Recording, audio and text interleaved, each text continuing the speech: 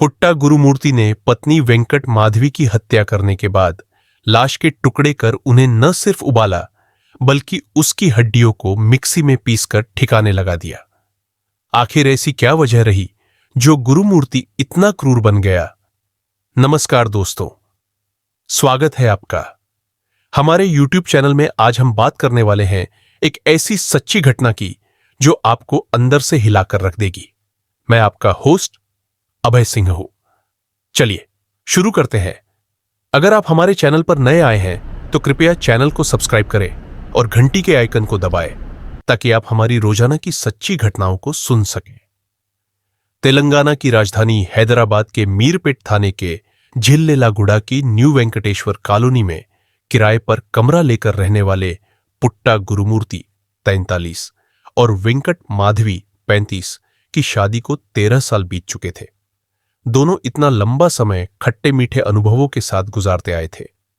गुरुमूर्ति की जब 2013 में शादी हुई थी तब वह सेना में नायब सूबेदार था और ठीक ठाक कमाता था, इसलिए माधवी गुरुमूर्ति से विवाह करके खुश थी।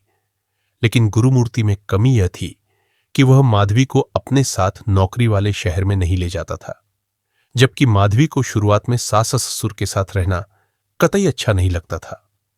वह पति के साथ उसके नौकरी वाले शहर में रहना चाहती थी, लेकिन गुरुमूर्ति इसके लिए तैयार नहीं था। ऐसी स्थिति में पति के दबाव के चलते माधवी अपने सास ससुर के साथ आंध्र प्रदेश के प्रकाशम में रहकर घर परिवार को संभालने में जुट गई थी। सास ससुर को कैसे खुश रखा जाए, गृहस्थी की जरूरतें कैसे पूरी हों, परिवार के अन्य सदस्यों के साथ साथ सामाजिक मान मर्यादा का ख्याल किस तरह से रखा जाए, इस बात का ख्याल माधवी खास तौर से रखती थी। एक तरह से उसने अपना एक संतुलित परिवार बना लिया था। वह एक बेटा और बेटी की मां बन गई। उसके दोनों ही बच्चे एक अच्छे प्राइवेट स्कूल में पढ़ने जाते थे। 5 साल पहले पति के भारतीय सेना की नौकरी से रिटायर हो जाने के बाद वह पति और दोनों बच्चों के साथ हैदराबाद के उपनगर झिल्लेलागुड़ा की न्यू वेंकटेश्वर कॉलोनी में रहने लगी थी। किराए का मकान और गृहस्थी के बढ़ते खर्च, बेटे बेटी की बेहतर पढ़ाई लिखाई को लेकर माधवी काफी परेशान रहने लगी थी। बच्चों के भविष्य को लेकर उसे काफी फिक्र रहती थी। उधर गुरुमूर्ति की माधवी के माता पिता से किसी बात को लेकर खटपट हो गई थी। गुरुमूर्ति ने अपने सास ससुर से बोलचाल बंद करने के साथ ही माधवी का मायके जाना बंद कर दिया था। दामाद से बात कर परेशान क्यों हुई सुब्बम्मा? गृहस्थी ठीक ठाक पहले की तरह चल सके, इसलिए गुरुमूर्ति ने 2020 से कंचन बाग में स्थित डीआरडीओ कार्यालय में सुरक्षा गार्ड की नौकरी करनी शुरू कर दी थी। लेकिन बीते कुछ दिनों से गुरुमूर्ति को अपनी पत्नी के चरित्र पर संदेह होने लगा था। गुरुमूर्ति को शक था कि माधवी उसकी गैर मौजूदगी में अपने रिश्तेदार को बुलाकर उसके साथ रंगरलियां मनाती है। हालांकि कुछ दिनों तक तो माधवी की समझ में ही नहीं आया कि पति ऐसा सलूक उसके साथ क्यों करने लगा गया है। उधर गुरुमूर्ति के मन में पत्नी के चाल चलन को लेकर नफरत बढ़ती जा रही थी। उसने पत्नी से इस बारे में पूछताछ की तो उसने साफ कह दिया कि उसका किसी के साथ कोई चक्कर वगैरह कुछ नहीं है। लेकिन गुरुमूर्ति को उसकी बातों पर विश्वास नहीं हुआ। उसे लगा कि माधवी झूठ बोल रही है, इसलिए उसने पत्नी को ठिकाने लगाने का प्लान बना लिया। फिर प्लान के अनुसार 15 जनवरी 2025 को अपने बच्चों और पत्नी को अपनी बहन सुजाता के घर मेल मिलाप के बहाने ले गया। दोनों बच्चों को बहन के घर पर ही छोड़कर पत्नी के साथ उसी रात को घर पर लौट आया था। 16 जनवरी की सुबह माधवी ने अपने पति से कहा कि मैं पोंगल के लिए अपने मायके नंदियाल जाना चाहती हूं, लेकिन अपने सास ससुर से खफा गुरुमूर्ति ने दो टूक शब्दों में माधवी को वहां जाने से मना कर दिया। इस बात को लेकर दोनों में तू मैं होने लगी। उसी दिन गुरुमूर्ति ने अपनी सास उपपला सुब्बम्मा के मोबाइल पर कॉल कर दिया। हेलो सासू मां, आप मेरी बात सुन रही हैं? हाँ हाँ बोलो दामाद जी, तुम्हारी आवाज मुझे बिल्कुल स्पष्ट सुनाई दे रही है।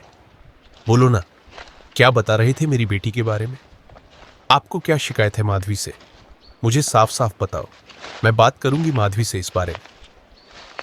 पिछले कुछ महीनों से माधवी के चाल चलन में काफी बदलाव आ गया है।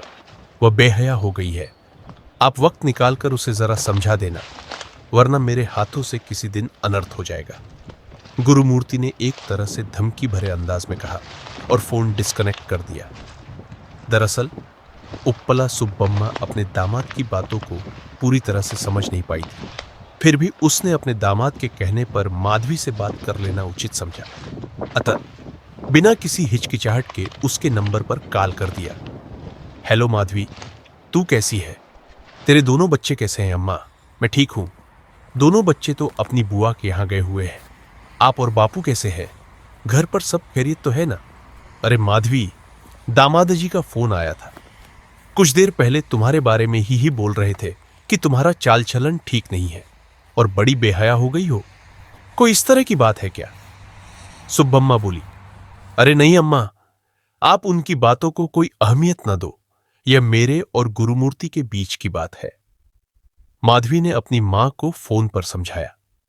तेरे बच्चों उस दिन तो बात आई गई हो गई ना, चली है ना? तो माधवी ने अपने पति के साथ आए दिन होने वाली तकरार के बारे में अपनी अम्मा को कुछ बताया और न ही सुब्बम्मा ने बेटी की निजी जिंदगी में दखल देने की कोशिश की।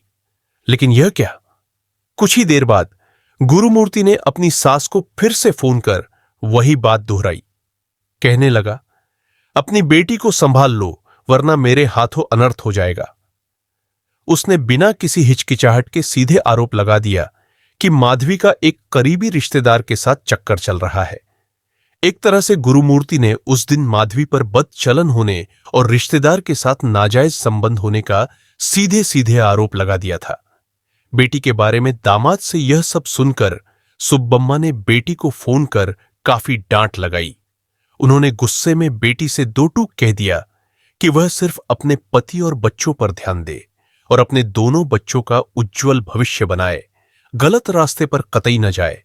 यदि दोबारा तुम्हारे बारे में दामाद जी की शिकायत आई तो तुम्हारे लिए मायके के दरवाजे हमेशा के लिए बंद हो जाएंगे। दूसरी तरफ सुब्बम्मा ने गुरुमूर्ति को भरोसा दिलाया कि वह कल सुबह तुम्हारे ड्यूटी पर निकलने से पहले घर पर आकर माधवी को समझा देगी। लेकिन उसके लिए वह दिन नहीं आया। उसे अपनी बेटी को उस बारे में आमने सामने बैठकर बातें करने का मौका ही नहीं मिला। सुब्बम्मा पति के साथ क्यों गई बेटी की ससुराल? शाम के 7 बजे के करीब सुब्बम्मा बेटी और उसके बच्चों के लिए बाजार से कुछ सामान लेने जाने के लिए तैयार हो रही थी। तभी अचानक गुरुमूर्ति का फोन आ गया। मोबाइल के डिस्प्ले पर दामाद का नंबर देखकर सुब्बम्मा चौंक गई। कुछ क्षण के लिए वह यह सोचने लगा गई कि जब सुबह 2 बार बात हो चुकी है तो शाम के वक्त दामाद ने फोन क्यों किया है? जरूर कोई खास बात होगी। सुब्बम्मा दामाद का फोन रिसीव करते हुए बोली, हां दामाद जी, बोलो क्या बात हो गई जो शाम के वक्त फोन किया? दूसरी तरफ से दामाद की घबराहट भरी आवाज सुनकर उप्पला सुब्बम्मा किसी अनहोनी से आशंकित हो गई। उसने पूछा, क्या बात है दामाद जी, तुम्हारी आवाज में मुझे घबराहट क्यों लग रही है? तुम मुझे काफी परेशान से लग रहे हो। घर में सब खैरियत तो है ना?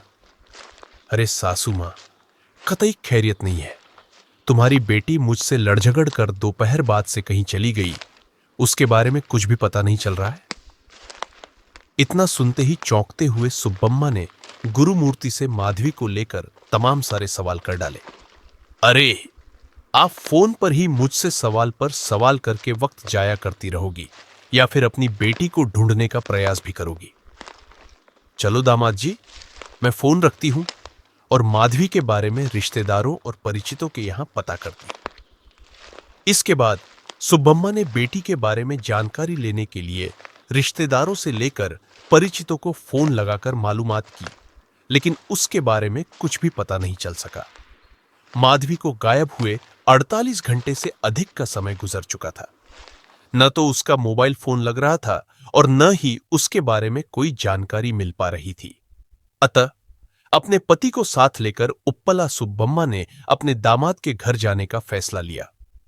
ऑटो रिक्शा पकड़कर वह पति के बाद 7 न्यू वेंकटेश्वर कॉलोनी पहुंच गई। ऑटो रिक्शा चालक को भाड़ा चुकाने के बाद उप्पला सुब्बम्मा ने गुरुमूर्ति के आस पड़ोस में रहने वाले लोगों के घरों में जाकर बेटी माधवी के बारे में पूछताछ की।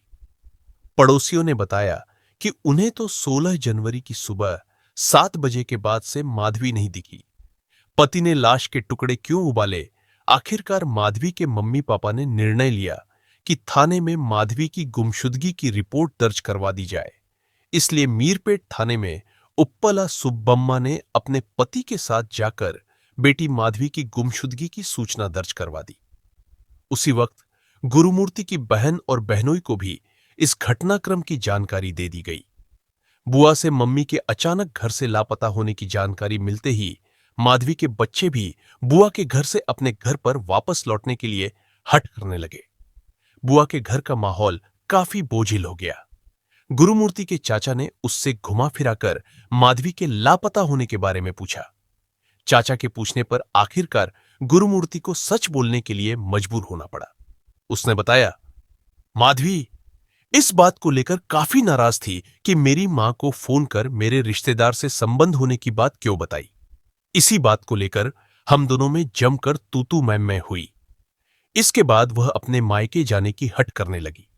तभी मैंने माधवी को जोर से थप्पड़ मार दिया। माधवी दीवार के पास खड़ी थी। गुस्से में मैंने उसका सिर जोर से दीवार पर 4 से 5 बार दे मारा।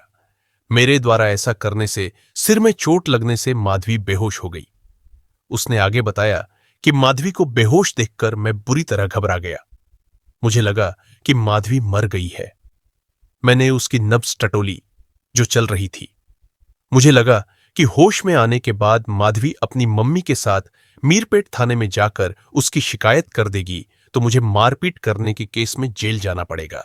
इसलिए मैंने फैसला किया कि माधवी के होश में आने से पहले ही उसकी गला दबाकर हत्या कर दी जाए और फिर उसकी लाश को बड़ी सफाई के साथ ठिकाने लगा दिया जाए।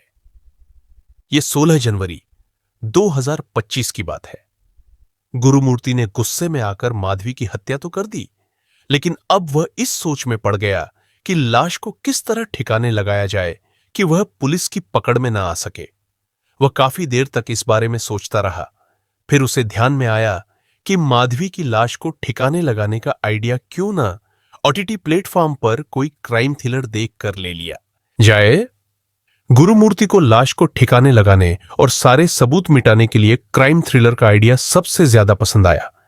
इसीलिए वह सुबह करीब 10 बजे माधवी की लाश को घसीटकर वॉशरूम में ले गया और तेज धार वाले चाकू से उसकी लाश के 4 टुकड़े कर दिए।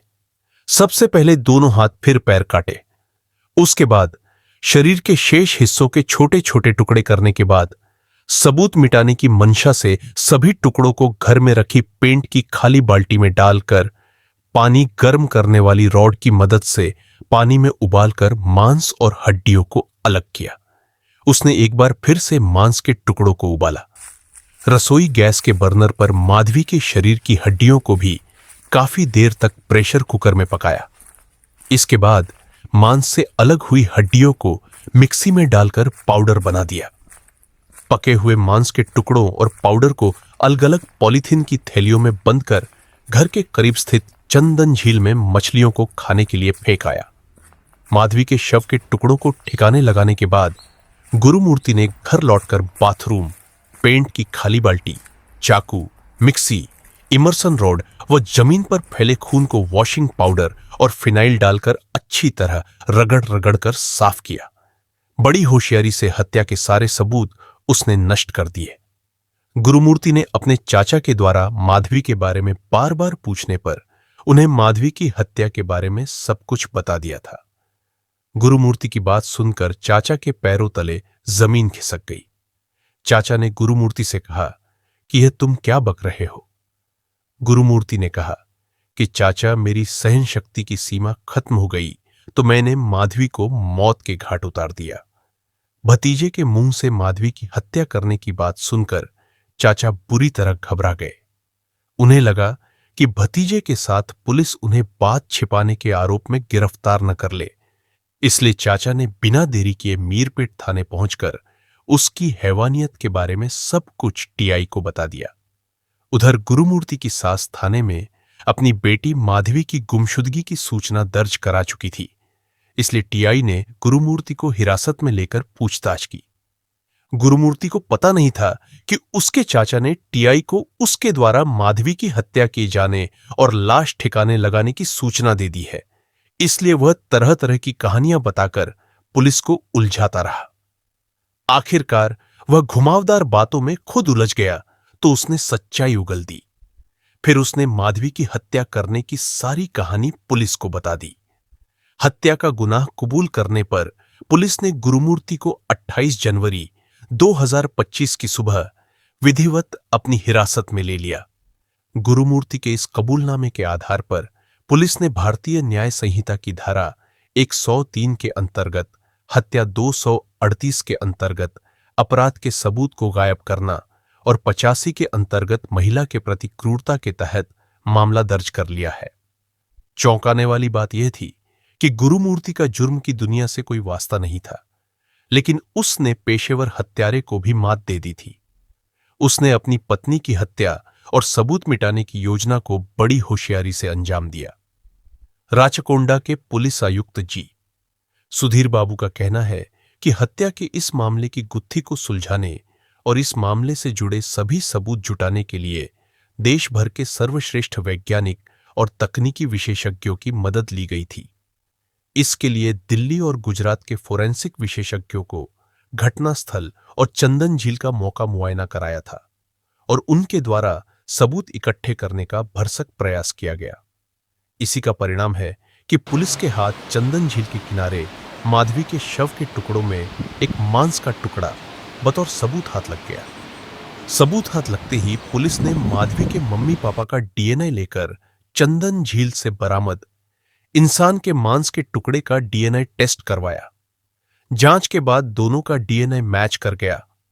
कथा लिखे जाने तक पुलिस गुरुमूर्ति की निशानदेही पर घर के भीतर से हत्या के सबूत मिटाने में प्रयुक्त किया गया गैस बर्नर, पेंट की खाली बाल्टी, चाकू और पानी गर्म करने वाली रॉड, मिक्सी सहित खून से लथपथ कपड़ों को बरामद कर पुट्टा गुरुमूर्ति के घर को सील कर चुकी थी। उधर माधवी की हत्या के बाद से उसके माइनर बेटा बेटी को उनके नाना नानी अपने साथ ले गए। सनसनीखेज तरीके से पति द्वारा की गई हत्या हैदराबाद से लेकर समूचे भारत में चर्चा का विषय बन गई है।